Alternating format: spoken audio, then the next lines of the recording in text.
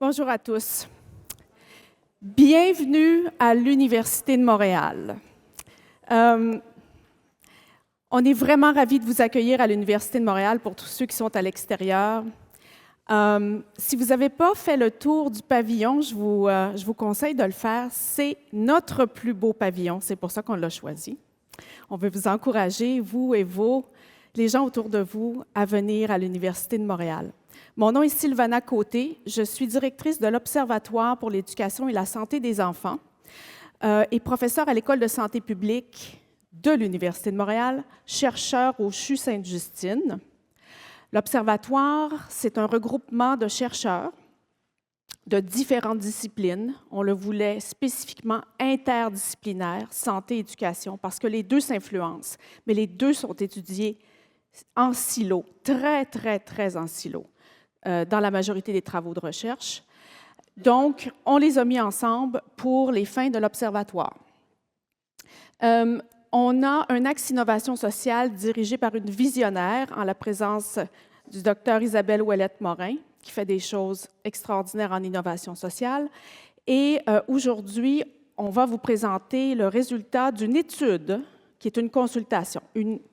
Donc, c'est plus qu'une consultation, c'est une étude avec une méthodologie derrière dont on va vous parler. Et pourquoi un autre colloque sur les écrans? Parce qu'en ce moment, vous avez certainement remarqué qu'il y en a beaucoup. Eh bien, c'est parce que ça a été identifié comme l'enjeu numéro 1 en ce qui concerne le bien-être, la santé mentale et les apprentissages de nos jeunes.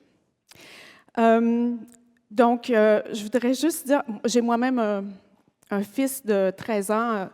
J'insiste beaucoup sur l'apprentissage du français. C'est sa langue maternelle, n'est-ce pas? Et il est très sportif et ça l'intéresse plus ou moins. Alors, je ne sais pas si je vais lui dire que j'ai fait une faute d'orthographe dans la première diapo ce matin et que j'ai un plus grand que moi, mon collègue qui est venu me le signaler. Merci, Simon.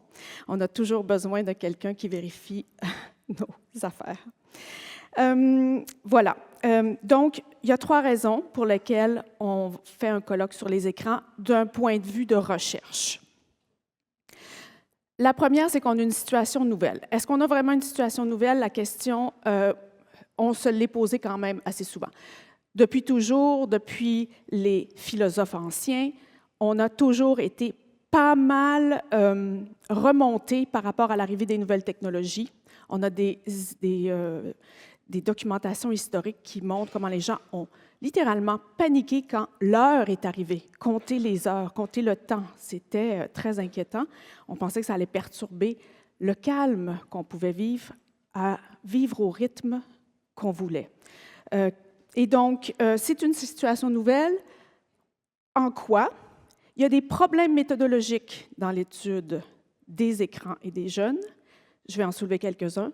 Et le troisième point, j'aimerais proposer qu'on sait quoi faire, mais on ne sait pas comment. Et tout le monde n'est pas d'accord avec le fait qu'on sait quoi faire. Je propose ça. Donc, la nouveauté. D'un certain point de vue, l'utilisation des nouvelles technologies comme le iPhone, les réseaux sociaux, l'Internet est fondamentalement différente de ce qu'on avait avant pour différentes raisons. La première, l'interactivité. Les anciennes technologies, radio, télévision, étaient plutôt passives, tandis qu'avec les nouvelles, on est en interaction constante. Elles nous interpellent. L'accessibilité.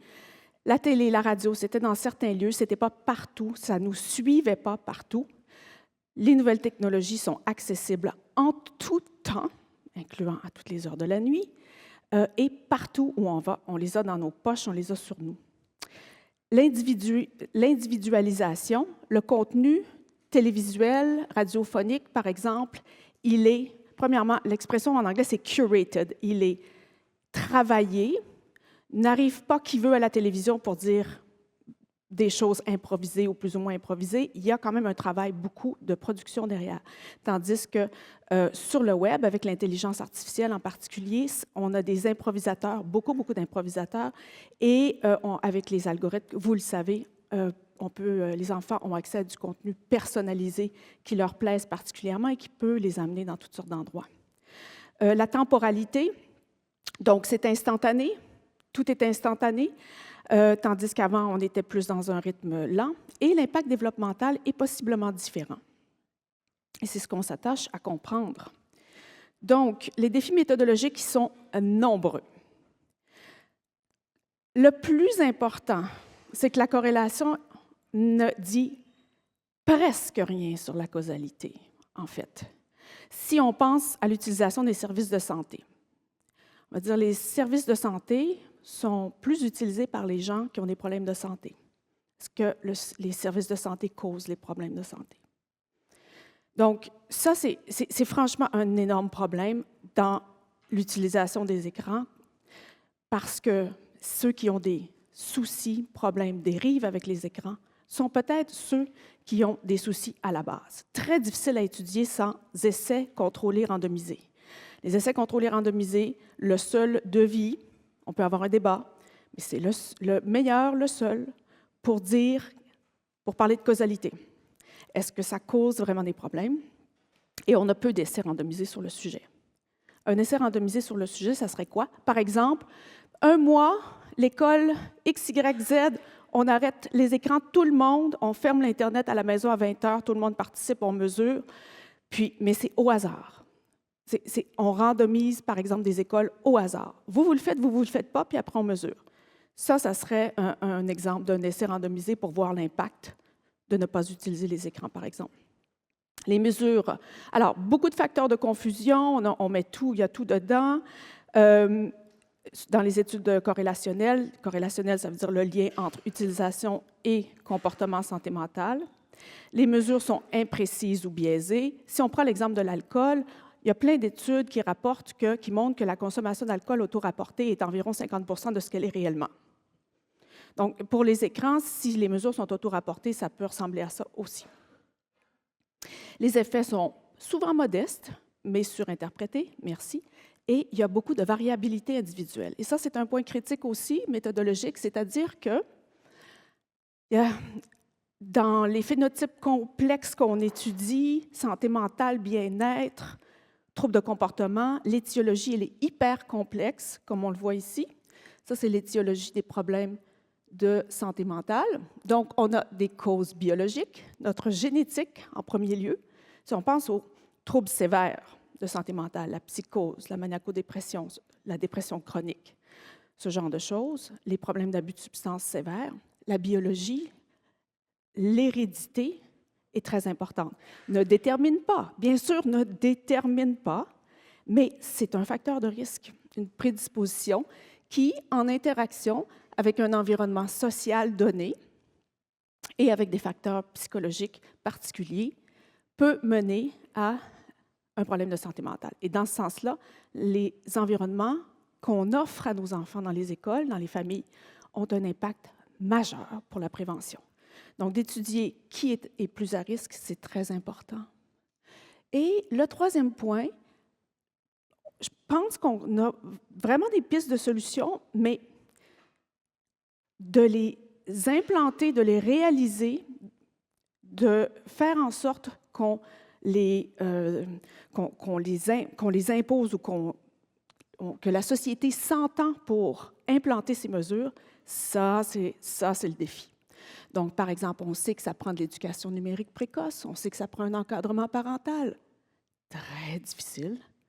On sait qu'on doit favoriser les activités alternatives aux écrans, très difficile aussi, que ça prend un cadre institutionnel, on est probablement rendu là, qu'il faut protéger le sommeil de nos jeunes, que ça prend de la surveillance et que ça prendrait idéalement un encadrement législatif et commercial. Voilà,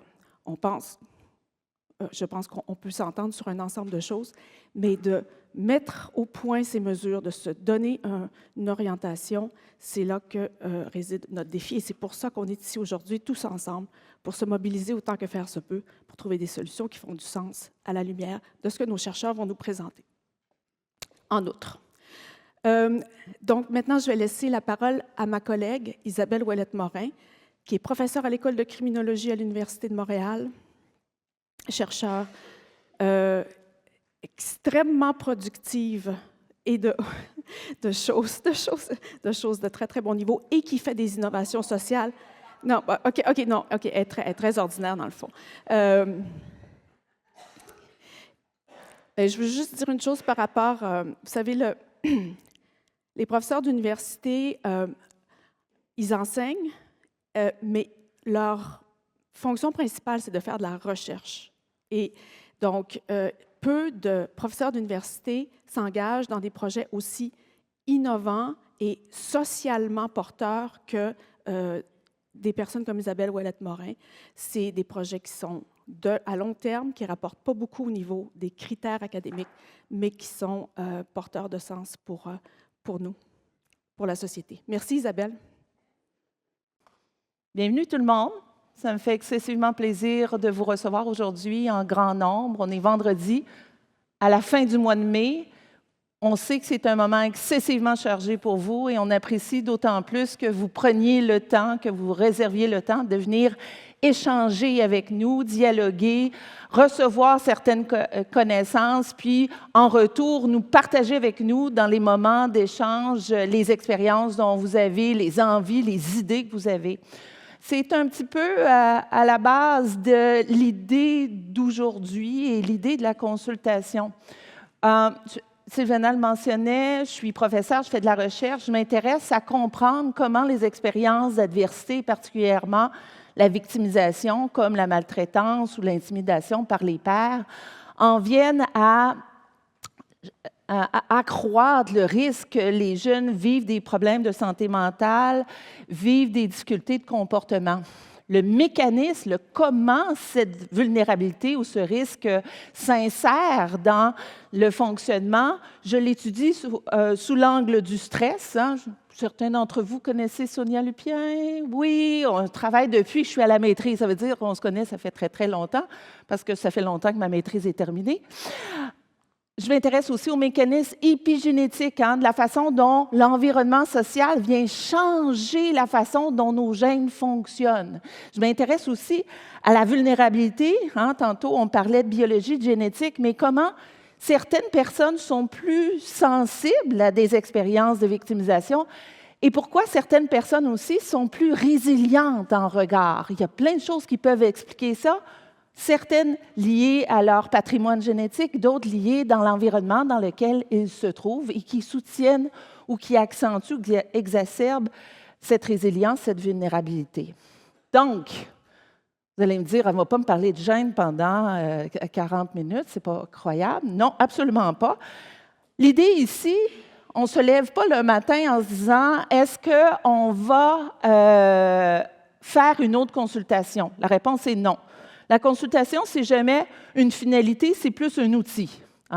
On s'est levé, par exemple, un matin, les chercheurs de l'EPES, en se disant où est-ce qu'on est plus susceptible d'avoir un impact important et de faire des actions qui sont perçues par les gens du milieu et qui sont dites par les gens du milieu comme ayant une importance. Si on veut faire une action qui est porteuse de sens, une action qui est susceptible d'avoir un changement, un impact social. Mais quand on se pose la question, moi qui travaille sur l'intimidation, par exemple, je suis portée à dire, il faut agir sur l'intimidation et la violence dans les écoles. Il faut aider, il faut faire des outils, il faut implémenter des formations, peu importe, je peux partir sur mes idées. Ma collègue, Marie-Claude Geoffroy, travaille sur les idéations suicidaires. Elle va dire, il faut davantage outiller les gens et de donner... Alors, on est toutes un peu prises dans notre réalité, ce qu'on pense qui est important. Fait qu'on a fait l'exercice pour avoir vraiment un impact, puis pouvoir s'allier avec les gens du terrain pour faire des projets de recherche qui sont porteurs de sens, en s'alliant avec vous, les gens qui travaillaient jour après jour dans les milieux scolaires. On s'est dit, il faut se fixer des priorités. Mais quelles sont-elles, ces priorités? Puis c'est pas vrai que c'est juste à l'université qu'on va venir décider c'est quoi ces priorités-là. Alors, on a dit, on va essayer de casser un petit peu la façon dont on fait ces consultations-là et on va essayer de réfléchir ensemble. Mais honnêtement, en essayant d'impliquer le plus de nombre de personnes pour, dans la finalité, avoir des vrais sons de cloche sur ce que sont les priorités jugées de la part de plusieurs personnes. Alors, c'était quoi les besoins? On voulait savoir c'était quoi les enjeux. Les enjeux, c'est facile de les nommer, hein, puis vous allez voir, on a fait l'exercice. Mais quels sont ceux qui sont prioritaires? Et deuxièmement, bien qu'ils soient importants, on veut savoir si on est tous, s'il y a un consensus, si on pense tous de la même façon en regard de ce que sont les enjeux. Hein? Est-ce que, par exemple, les parents perçoivent certains enjeux comme prioritaires alors que les gens qui travaillent dans les écoles pensent d'une autre façon? On veut savoir ça parce que ce n'est pas dire que cette divergence-là est de l'erreur ou on ne s'entend pas sur les choses. Ça veut dire que la réalité est différente et si on veut venir engager les gens à s'investir à faire quelque chose, il faut qu'ils pensent que ça soit important. Hein, et prioritaire pour eux.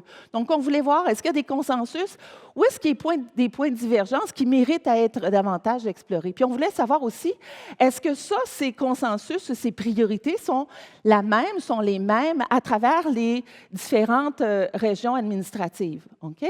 Donc, on avait quand même des ambitions très grandes. Et je vous dirais, c'est le projet le plus risqué que j'ai fait. Parce que normalement, on fait des projets, on propose, on va chercher de l'argent. Tout est déjà établi, alors que ça, par sa définition, c'est un projet qu'on construit ensemble. Donc, on ne sait pas où est-ce que ça va s'en aller. Puis ça, là, pour des chercheurs, c'est excessivement stressant. Okay? On aime bien le contrôle. Okay? Donc, il n'y avait aucune démarche qui avait été faite, malgré le fait que des consultations, là, je suis sûre que vous en remplissez 5-10 fois par année des consultations, des sondages. Okay? Je sais qu'il y en a beaucoup. Puis là, quand on parlait de cette consultation, on ne voulait surtout pas en faire une autre. Hein? On sait que votre temps est précieux. Alors, mais il n'y en a aucune qui avait réuni, qui avait fait un 360.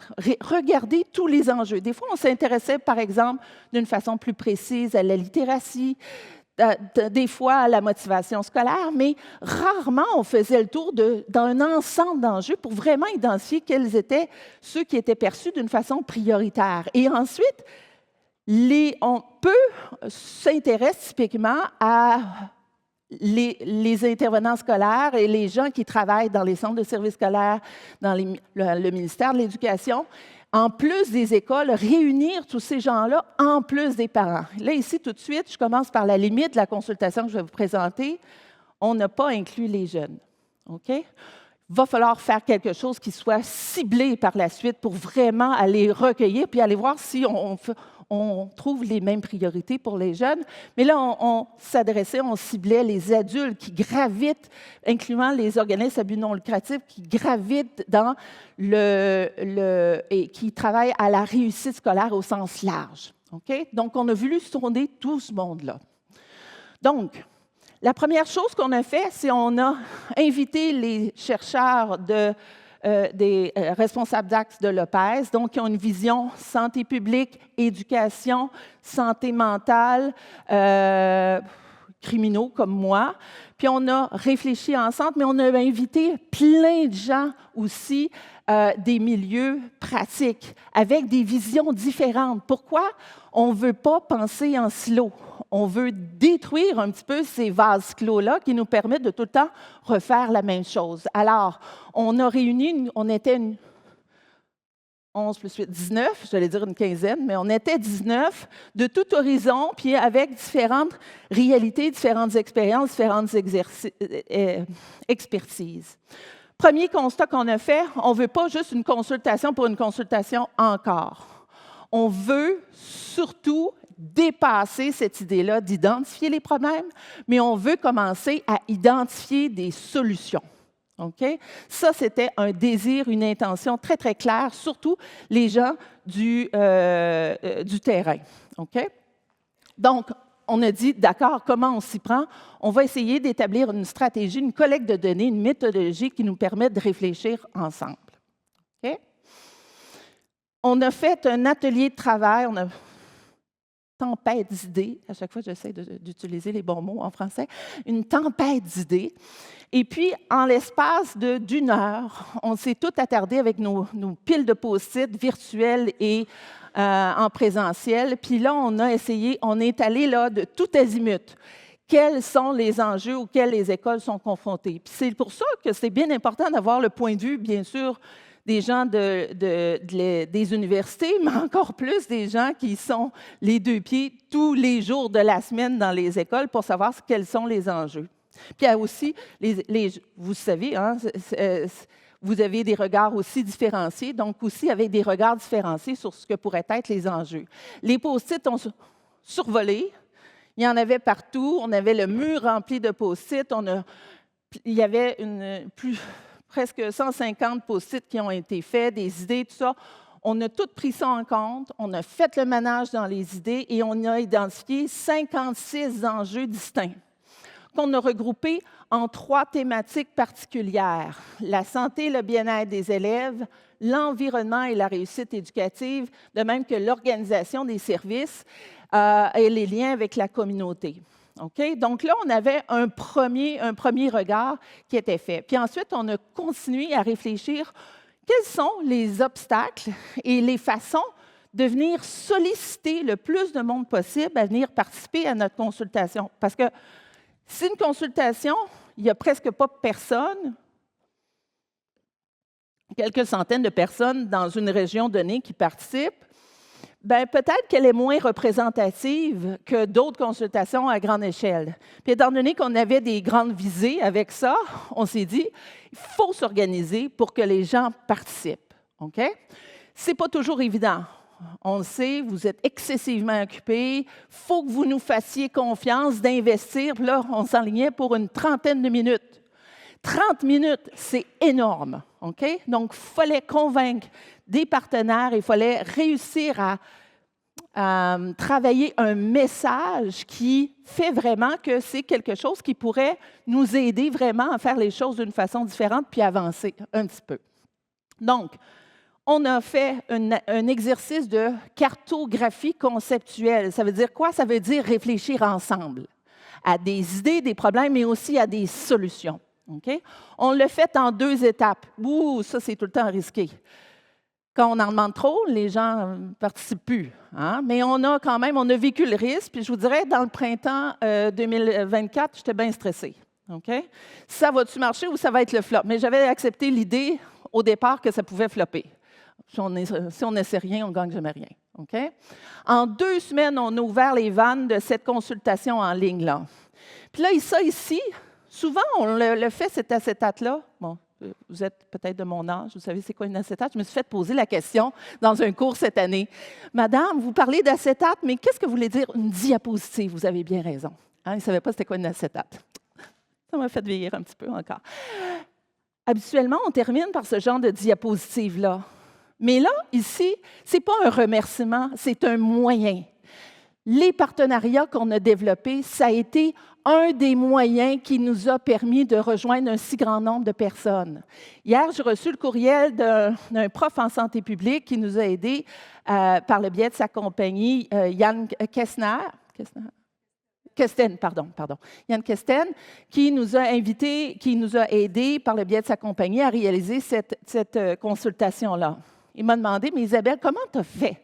Parce que ça n'existe pas dans le monde une consultation, un exercice de cartographie conceptuelle qui a réuni autant de personnes. Okay?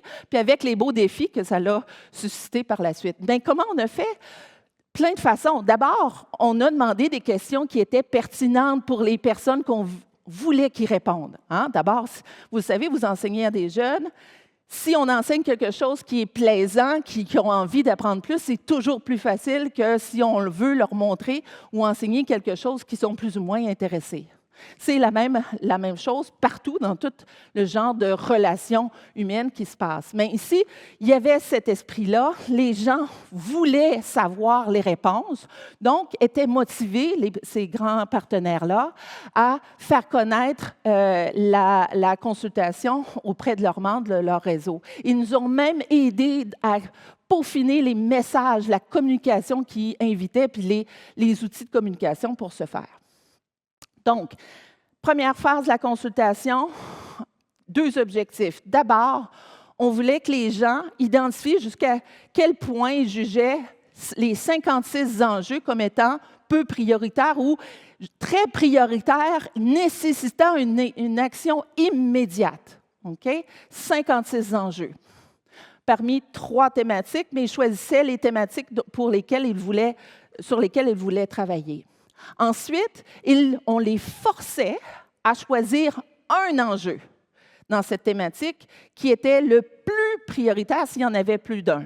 Okay?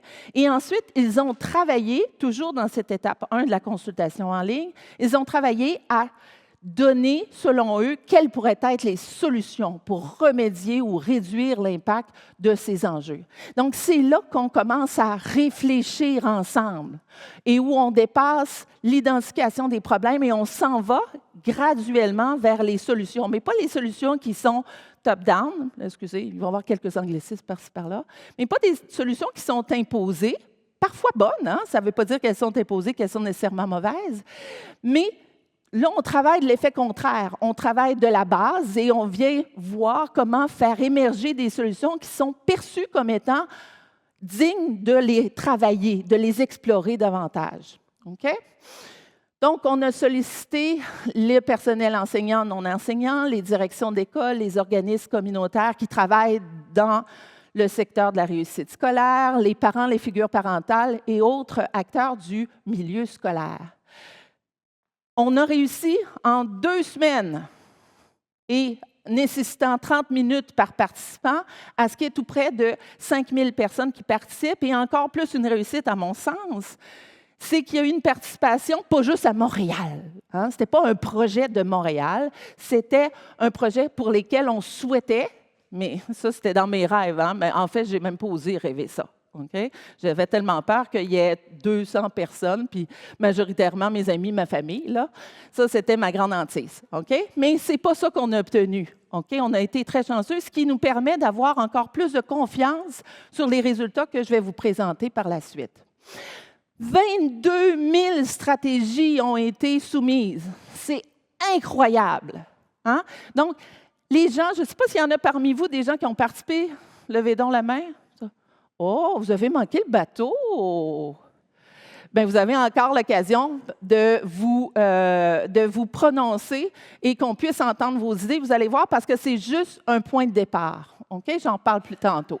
22 000 stratégies et 6 enjeux prioritaires ont été identifiés. Quels sont-ils? D'abord, c'est pour ça qu'on se parle aujourd'hui, comme Sylvana l'a dit, l'impact négatif des écrans est ressorti comme l'enjeu prioritaire numéro 1, suivi de l'intimidation et la violence. Là, ce n'est pas moi qui ai joué. Hein? Inquiétez-vous pas, j'ai répondu au questionnaire juste une fois. Okay? L'épuisement professionnel est ressorti comme le 3e enjeu. Le manque d'intérêt et de motivation scolaire, 4e enjeu. Régulation, plutôt difficulté de régulation des émotions, du stress, de l'anxiété. Puis ensuite, le problème d'adéquation entre les services, les ressources offertes par le gouvernement, les besoins de l'école. OK? On a eu 2 semaines après ce moment-là. Là, on a travaillé très fort, puis les gens de Polygone ont travaillé excessivement fort. On a fait le ménage dans toutes les milliers de solutions qui nous ont été soumises. On a utilisé de l'intelligence artificielle, du machine learning, du natural language processing pour identifier pour chacun des 6 enjeux. D'habitude, on voulait en prendre 3, mais là, on a dit pourquoi ne pas faire les 6 au complet? Fait qu'on a essayé, puis on a réussi. OK? Alors, on a pris toutes les solutions qui ont été soumises pour chacune des thématiques. On a utilisé de l'intelligence artificielle, comme je vous disais, pour sélectionner 45 stratégies qui étaient les plus représentatives. Il me semble que j'avais une affaire là-dessus. Ah, c'est plus tard. Oui, c'est bon, je le dis tout de suite. Les 45 stratégies qui étaient les plus représentatives des centaines de stratégies qui nous avaient été soumises. Pas les meilleures. On a exercé aucune sélection de stratégies.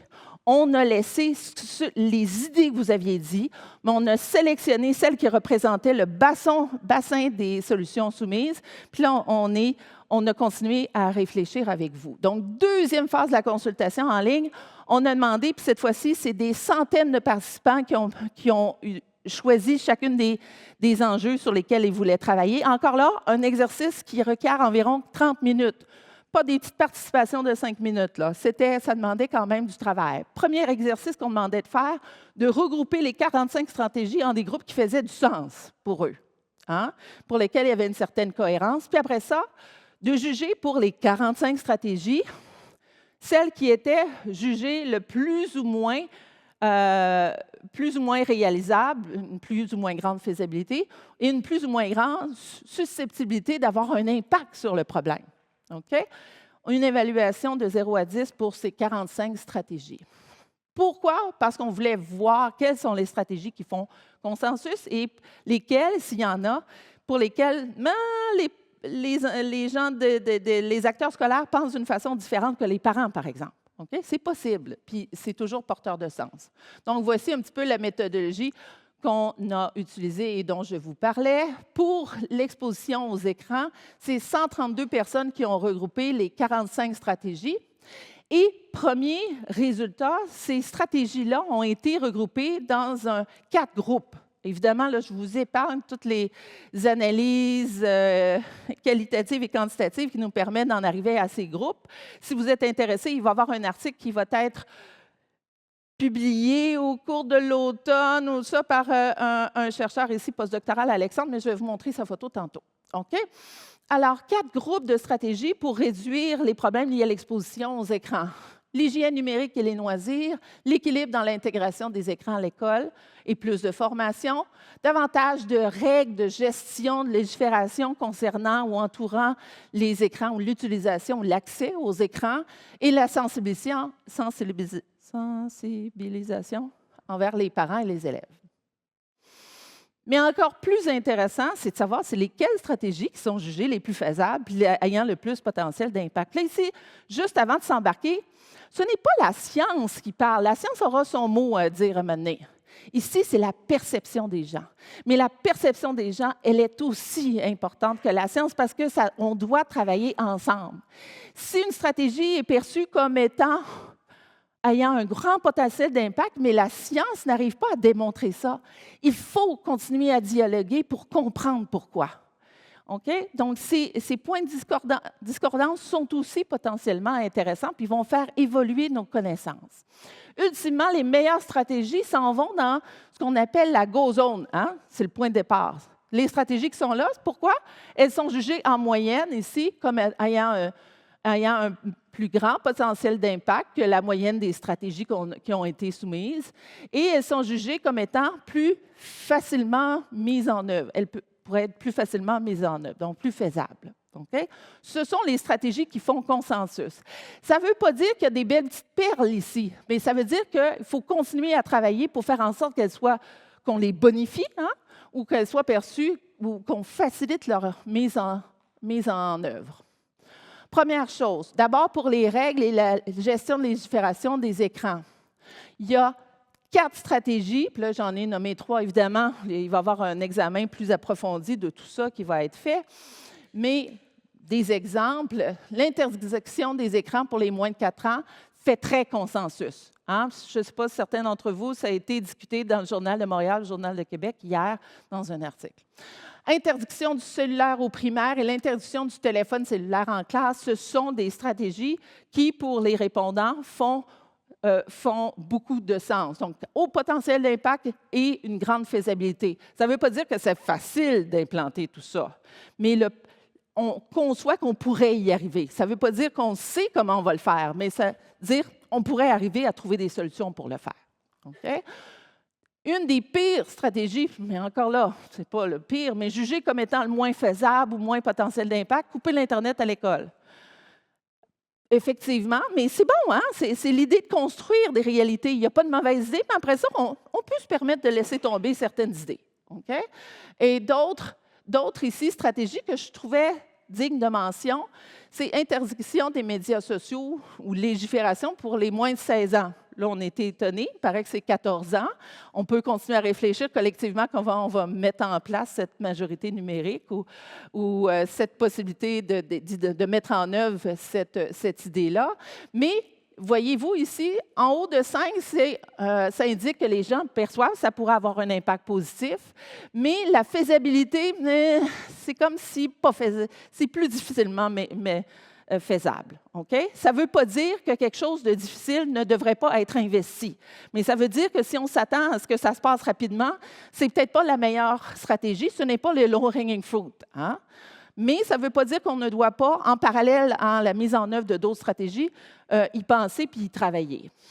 Point important, ce profil général de perception-là est partagé par les gens qui sont dans les milieux scolaires puis les parents. Alors, il y a un grand consensus par rapport à ça. Pas beaucoup de points de divergence. Ici, en ce qui concerne l'hygiène numérique et les loisirs, celle qui était identifiée comme étant aussi ayant un très grand potentiel d'impact et faisable, c'était le fait de favoriser des bonnes habitudes de vie, promouvoir, faciliter l'activité physique, offrir aussi des activités qui permettent de juste d'être intéressé à faire autre chose. Hein? Donc, non seulement enlever quelque chose, mais inciter les jeunes à faire d'autres choses qui leur plaisent. Hein? Ça ne vous surprendra pas, j'en suis convaincue. Encore là, grand consensus entre les parents et les acteurs-actrices du milieu scolaire. Troisième thématique, je vous rappelle, il y en a 4 en tout, sensibilisation des écrans des parents et des élèves. Encore là, la plupart des stratégies qui ont pour objectif de sensibiliser les parents et les élèves sont jugées comme étant à fort potentiel d'impact et de faisabilité. Donc, c'est une bonne idée de continuer à vouloir faire cette sensibilisation-là. Les gens du milieu et les parents semblent penser que c'est une bonne idée, puis on devrait, puis qu'ils devraient encore s'investir à faire ça. Fort consensus. L'équilibre dans l'intégration des écrans à l'école. Là, c'est quelque chose qui est plus difficile. Hein? Jusqu'où on devrait utiliser les outils? Hein? Les écrans, on se rappelle, c'est juste un outil, c'est une plateforme, c'est quelque chose. À quelle façon on devrait intégrer ces outils-là? Et il y a une réflexion qui semble beaucoup plus complexe par rapport à tout ça. Parmi celles qui ont un plus grand potentiel d'impact, c'est diminuer l'utilisation des écrans à l'école comme récompense. Peut-être ça fait du sens pour vous, mais des fois, ça fait partie des choses puis même comme parents, des choses que parfois on oublie. Hein? Tu as fait une excellente semaine de travail.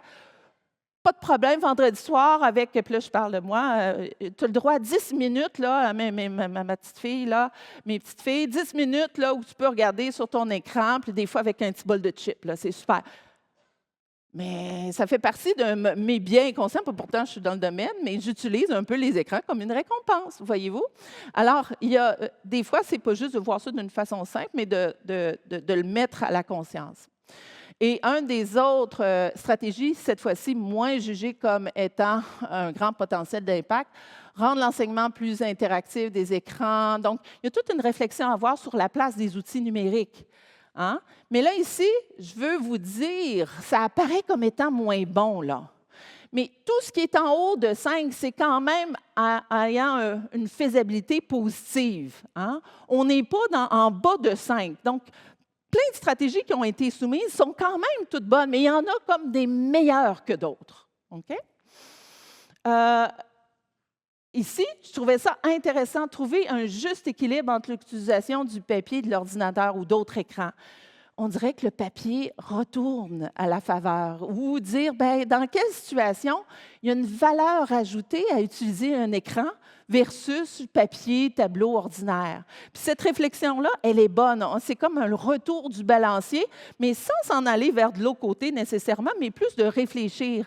C'est quoi la valeur ajoutée de l'utilisation des écrans puis de l'intégration des écrans dans l'enseignement et dans le quotidien?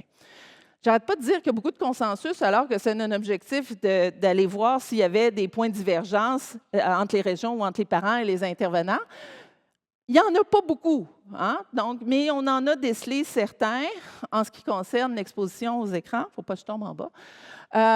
D'abord, à Montréal et dans les régions plus urbaines, Montréal et Laval, on juge comme étant un moins fort potentiel d'impact d'interdire les cellulaires, par exemple, ou les tablettes et portables pendant l'école. Okay?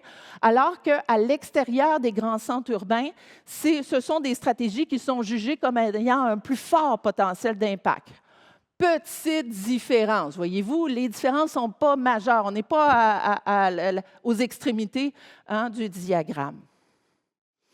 Deuxième différence, encore là aussi plutôt subtile, je dirais, l'équilibre dans l'intégration des écrans à l'école, où les gens de Montréal et de la région de Laval, grande région de Montréal et Laval, jugent comme étant ayant un petit peu plus de potentiel d'impact de réfléchir et de faire une meilleure intégration des outils comparativement aux gens des régions. Mais voyez-vous, les différences ne sont pas énormes. OK? Donc, en fait, il y a quelques conclusions qu'on pourrait émettre, et une plus grande, là, c'est qu'il y a beaucoup de consensus dans les perceptions des stratégies comme étant les plus susceptibles d'avoir un impact, les plus facilement mises en œuvre. Mais voyez-vous, ici, on n'est pas du tout en train de réfléchir au comment. On est plutôt en train de générer des idées puis de dire sur quoi on devrait continuer de travailler. OK? Avant d'arriver à ça, les autres faits saillants, il y a des règles encadrant l'utilisation des écrans et la perception, c'est qu'on devrait peut-être y aller par étapes. Puis il y a certaines interdictions des écrans qui sont vues comme étant quelque chose d'ayant un grand potentiel d'impact puis qu'on pourrait faire. Hein? C'est ce qui a été décidé d'ailleurs à plusieurs niveaux dans le rapport qui a été déposé hier par la Commission. Limiter et encadrer leurs utilisations à l'école, c'est quelque chose qui est déjà commencé à être fait bien avant les impositions des réglementations dans plusieurs des écoles. Puis on a une directrice d'école, Mme Martel, qui va s'entretenir dans la table ronde à ce sujet-là. Deuxième élément, la promotion d'une saine hygiène de vie. Comment le fait d'encourager les gens à faire des activités puis à être actifs, c'est une façon aussi proactive et d'une façon complètement soutenue par le renforcement positif qui nous aide à réduire ce qu'on souhaite, les comportements qu'on souhaite voir s'amenuiser, le fait d'être tout le temps pris avec les écrans. Okay? Troisièmement, une promotion d'une utilisation équilibrée et responsable des écrans. Ici, l'idée, c'est de ne pas dire qu'il faut arrêter d'utiliser ça. Un outil, c'est un outil. Un outil n'a pas de valence positive et négative en soi. C'est plutôt de discuter sur l'utilisation qu'on en fait, nous, comme adultes, nous, vous, comme acteurs du milieu scolaire, et ensuite les jeunes aussi par eux-mêmes. Maintenant, ce n'est qu'un commencement. On n'a fait qu'identifier des idées, et de dire jusqu'à quel point il y a des idées qu'on devrait continuer à les travailler. Okay? Donc, la dernière phase qui n'est pas encore faite, c'est de dire on va continuer à réfléchir ensemble. On va faire des ateliers de co-design, on va réfléchir à certaines de ces stratégies. Il y a des stratégies qui font consensus, mais ne sont pas encore mises en application. Comment on pourrait s'y prendre? Il y en a qui font consensus, qui sont soutenus par la science, mais dont l'implantation est difficile. Qu'est-ce qu'on peut faire pour soutenir l'implantation, pour qu'elle soit davantage efficace? Il y en a d'autres stratégies qui sont perçues comme étant peut-être moins de potentiel d'impact, mais il y a quelque chose quand même qui fait qu'ils sont d'intérêt, suscite l'intérêt. Comment on pourrait réfléchir pour aller chercher qu'est-ce qui est pertinent là-dedans, puis venir peut-être les ajouter à d'autres stratégies ou les bonifier pour qu'elles aient encore plus d'impact. OK? Pour pouvoir faire ça, je vous invite à participer à des ateliers de co-design. Vous êtes intéressé à l'impact négatif des écrans? Allez voir Alexandre Lepage. Alexandre, si tu peux te lever parce que l'auditoire est grand. Si ça vous intéresse de réfléchir avec nous dans des ateliers de co-design, puis on va vous demander votre opinion, allez voir Alexandre. OK? Vous pouvez aussi utiliser le code QR pour vous inscrire pour qu'on vous appelle quand le temps va être venu. Pour ce qui est de l'utilisation des écrans, ça va être à l'automne. Julie Boittenot va faire la même chose à l'arrière et juste en arrière pour l'intimidation et la violence à l'école. Julie fait son postdoctorat, Alexandre aussi. Julie, elle travaille avec Claire Beaumont, donc certaines personnes ont travaillé avec Claire Beaumont, elle a terminé son doctorat. Elle continue. Et Katharina Maprin, elle va s'intéresser, qui est professeure à la faculté d'éducation, s'intéresse à l'épuisement professionnel. Donc, ça vous tente de réfléchir avec Katharina sur les meilleures stratégies, puis comment les mettre en œuvre. Hein? C'est là vraiment que le travail commence. Bien, allez voir Katharina, ou vous pouvez aussi vous inscrire via le code QR, où il y a à l'entrée, là où vous avez pris votre badge, une façon de vous inscrire ou de manifester votre intérêt. On a besoin de vous, parce que c'est pas juste les gens des universités qui peuvent faire ça, évidemment. La journée d'aujourd'hui se veut un espace de dialogue, d'ouverture. Là, évidemment, là, je dis ça, là, puis ça n'a pas trop de l'air de ça, c'est juste moi qui ai parlé, là. Mais vous allez voir, on a invité des gens qui ont peut-être des points de vue différents, puis on veut rester ouvert par rapport à ça. Je pense qu'il faut oser penser les choses d'une façon différente, valoriser les points de vue différents. C'est bien beau les consensus. C'est un point de départ, c'est un beau levier, mais ensuite, les points de différence, là, qu'on pense d'une façon différente, c'est là que se trouve la pépite, c'est là que se trouve le diamant. Puis, c'est en échangeant qu'on est capable d'avancer puis de faire les choses qui ont plus d'impact. Alors, je vous remercie pour votre attention. Peut-être des petites questions, puis après ça, j'ai des petits points d'ordre plus logistique par la suite à vous dire pour le reste de la journée. Des questions?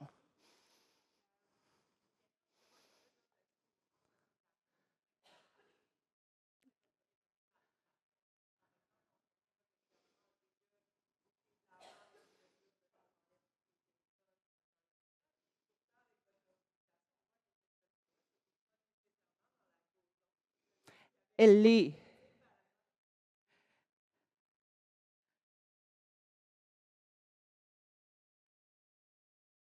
Ici. Ah, peut-être dans le... Oui, attends un petit peu. Ou Sylvana, il y en a un ici. C'est bon. Peux-tu répéter ta question, s'il te plaît? Très, très bonne question. Ben, peut-être j'avais mal compris pour le tableau. Comme là, je vois interdiction du téléphone cellulaire en classe, interdiction du cellulaire au primaire dans la GoZone. Là, ce que je parlais, c'est la décision du gouvernement de couper les cellulaires dans toutes les écoles. On voit interdiction du cellulaire en classe, mais il n'y a pas interdiction du cellulaire dans les écoles secondaires. Tantôt, quand on voyait dans les différences entre, mettons, Montréal et d'autres régions, on voyait que celle de complètement bannir les écrans, comme ça ici, semblait pas tant dans la GoZone. Oh, pardon. Celle-là, exactement. Donc, ici, un petit peu en bas, puis un petit peu à gauche, là. On voit que ce n'est pas nécessairement dans le carré idéal. Là, je me demandais justement, vous, avec ces recherches-là, est-ce que vous êtes consulté par le gouvernement, puis une fois que votre recherche va être terminée, est-ce qu'il va y avoir des nouvelles applications? Est-ce que ça l'a, comment dire... C'est un projet super intéressant, mais est-ce qu'il est écouté par les personnes qui prennent les décisions? Ça serait là ma question. Merci. C'est une question en apparence simple, mais complexe. Je vais peut-être commencer par l'aspect plus complexe et épineux de votre question. Est-ce qu'on est écouté? J'aurais envie de faire un petit reflet. Êtes-vous écouté?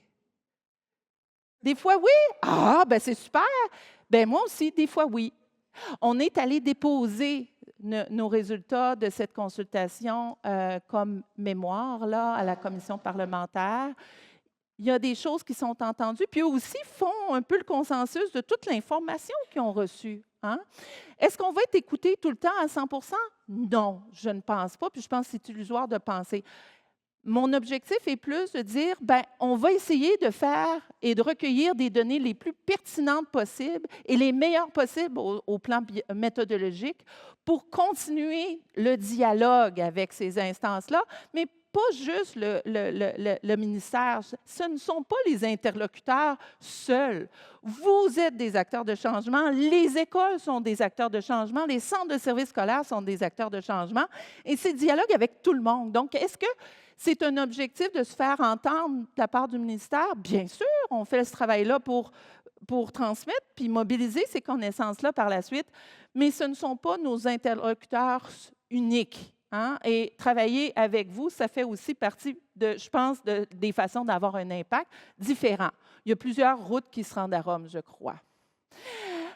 Ici, votre autre aspect de question était, bien, pourquoi seulement dans les classes, par exemple, puis ça a été plutôt étendu à l'école au complet. Puis, pourquoi celle-là? Parce que ça a été jugé comme étant peut-être un petit peu moins faisable que les autres.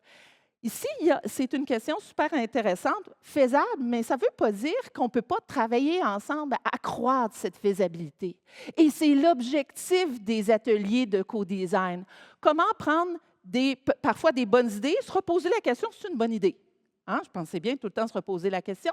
Puis si on juge collectivement que c'est des bonnes idées, de quelle façon, puis comment on pourrait faire pour réaliser ces idées-là. Là, c'est des perceptions de bonnes stratégies ou de moins bonnes, mais il n'y a pas le comment on le fait.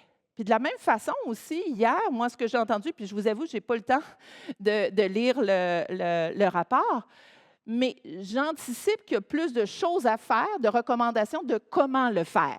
Hein? Mais je pense que c'est à nous aussi de prendre cette responsabilité-là, puis c'est très certainement une des intentions qu'on a en animant des ateliers de co-design pour commencer, nous, à réfléchir au comment. Ça va? Oui. Oui.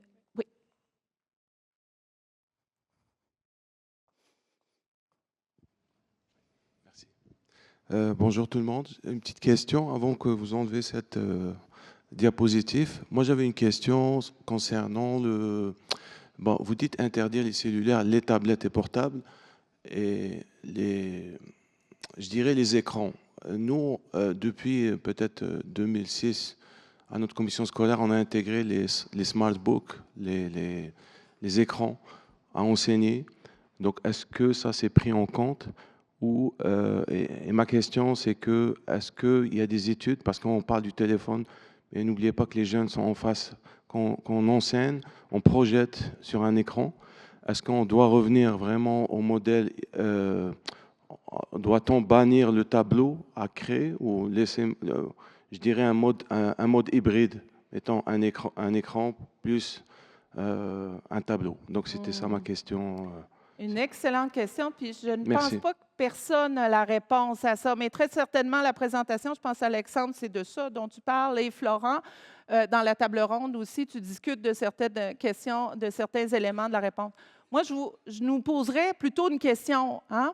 En fait, je pense que la réponse réside dans une question. Quelle est la valeur ajoutée?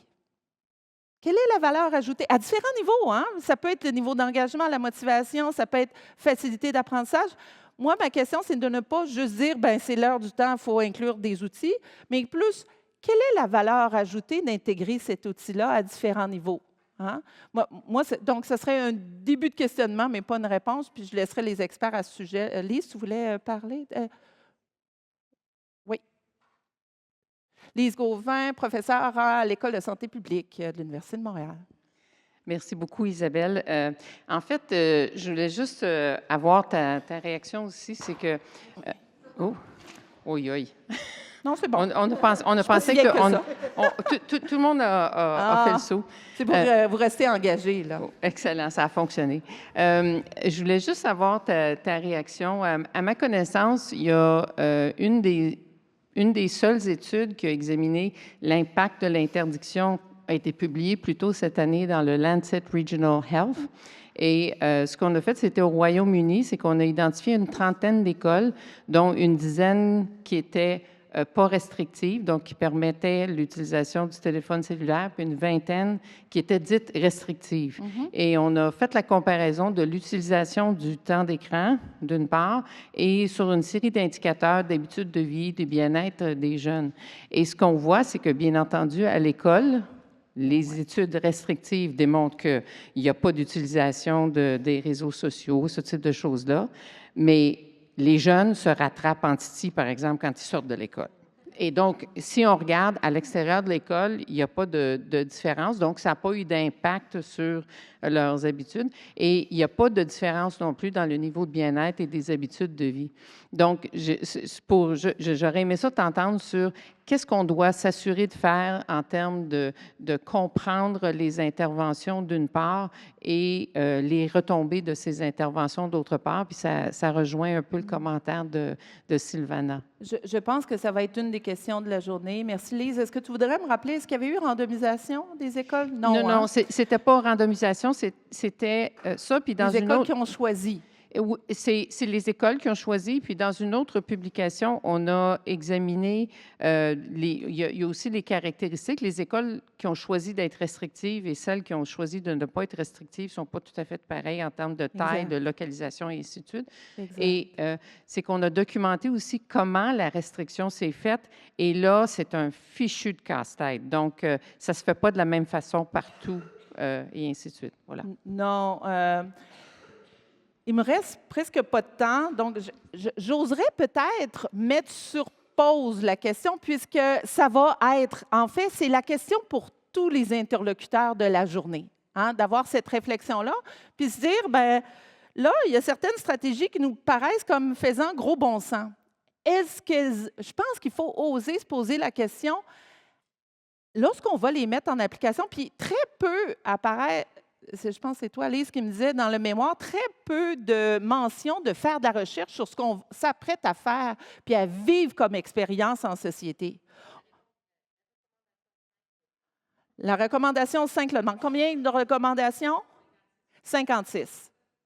56 recommandations sur des choses à faire, mais très peu pour documenter ce que ça va donner. Je pense qu'il faudrait documenter un petit peu. Est-ce qu'on va être capable de le faire? Là, on est tous responsables de ça. Mais, ouais, on me demande de terminer, mais en fait, je donne la responsabilité à tous ceux et celles qui vont nous parler aujourd'hui et pour lesquels je vais demander de respecter le temps, alors je vais le faire moi-même, d'adresser cette question-là. Puis en fait, c'est la question qu'on leur a demandé de faire. Donc, parfois, la réponse va être l'impact n'est pas si grand qu'on pensait. Soit l'exposition des écrans. Puis, j'oserais dire, osons la complexité.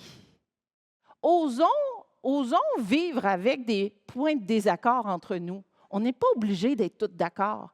Au contraire, ce n'est pas le consensus qui va faire avancer les choses, ni sur ce qu'on devrait faire, les objectifs, ni dans les moyens de faire. Osons d'avoir des regards différenciés, de penser d'une façon différente, mais continuons le dialogue et surtout travaillons ensemble pour pouvoir y arriver. Ce serait plus ça. Ça marche? Je pense qu'on est rendu à une belle pause café. Je vous rappelle